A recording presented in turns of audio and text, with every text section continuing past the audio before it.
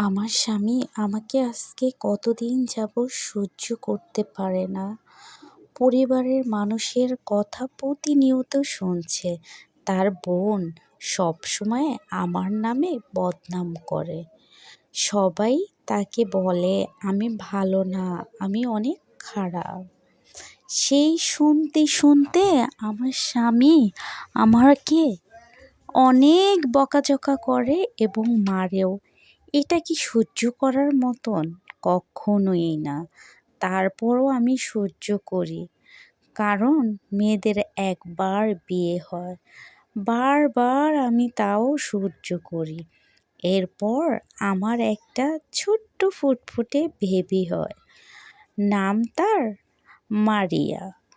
কিন্তু এই বাচ্চাটা হওয়ার পর আরও সম্ভবত অত্যাচার বেড়ে যায়। আমার শ্বশুর শাশুড়িও আমার সাথে খারাপ ব্যবহার করে। সবাই আমার সাথে খারাপ ব্যবহার করে। আমি এক পর্যায়ে ডিসিশন নিলাম যে আমি তাকে ছেড়ে চলে যাব বাপের বাড়ি। কিন্তু যখন আমার মেয়ের মুখের দিকে তাকাই, যে ও বলবে মা তুমি তোমার জন্য চলে আসছো, আমি কি অপরাধ করছি? হয়তোবা আমি বাবার কাছ থেকে ভালোবাসা তোকে দিতে পারবো না, তারপরও কিন্তু আমি মা, আমি তোকে ওতটুকু দেব। এই কথা ভেবে ওর প্রশ্নের সম্মুখীনতা নিজে নিজে মুখোমুখি হয়ে প্রশ্নের উত্তর দিয়ে আমি একসময় ডিসিশন নিয়েই ফেললাম। তখন আমার শ্বশুর শাশুড়িকে যেয়ে বললাম আমি ডিভোর্স চাই। তারা বলল কেন? আমার ছেলে যদি ডিভোর্স দেয় তাহলে তোমাকে টাকা দিতে হবে, আর তুমি যদি ডিভোর্স দাও তাহলে আমার ছেলের টাকা দিতে হবে না। শাশুড়ি খুব সুন্দরভাবে আমাকে বুঝিয়ে দিত। এই 7-8 বছর তাদের সাথে থাকলাম, তাদের কোনো অনুভূতি নাই। আমি আর কি করব?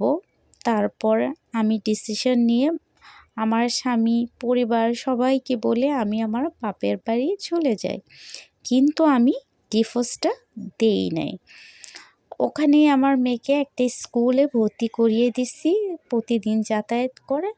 আমার স্বামী মাঝে মাঝে আমাকে ফোন দেয়, কেমন আছি, কি করো, বাচ্চা কি করে, এগুলো জিজ্ঞাসা করে। কিন্তু সে ব্যক্তি হিসাবে অনেক ভালো একটা লোক, কিন্তু তার চারপাশে ভাই বোন আত্মীয় স্বজন আমার শ্বশুর শাশুড়ি তারা খুবই আমার নামে অনেক নিন্দা করে। তাই সে খুব বিরক্ত হয়ে যায়। কি আর করার, পরে এক সময় আলাদা হয়ে যায়।